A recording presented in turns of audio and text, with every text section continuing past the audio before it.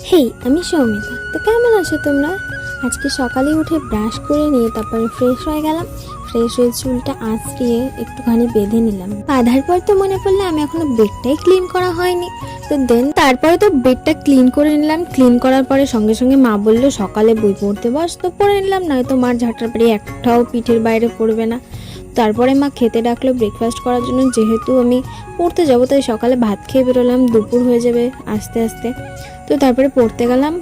পড়তে গিয়ে দেখি কি যেখানটায় আমরা পড়তে যাই আসলে একটু গ্রাম্য এলাকা বলে দেখলাম যে এতটা জল হয়ে রয়েছে, তারা কতটা অসুবিধায় আছে বলো। তো তারপরে পর থেকে আসার সময় রাস্তায় দেখলাম যে আমাদের পুজোর প্যান্ডেল মানে কালী পুজোর প্যান্ডেল অনেকটা প্রায় শেষ। এটা অনেকদিন আগেকার ভিডিও। তো দেন পুজো দিয়ে দিলাম। তারপরে তো আজ লাঞ্চে ছিল নিরামিষ।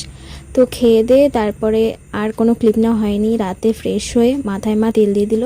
That's it. দেখা হচ্ছে নেক্সট মিনি ব্লগে। টাটা, তোমরা ভালো থেকো।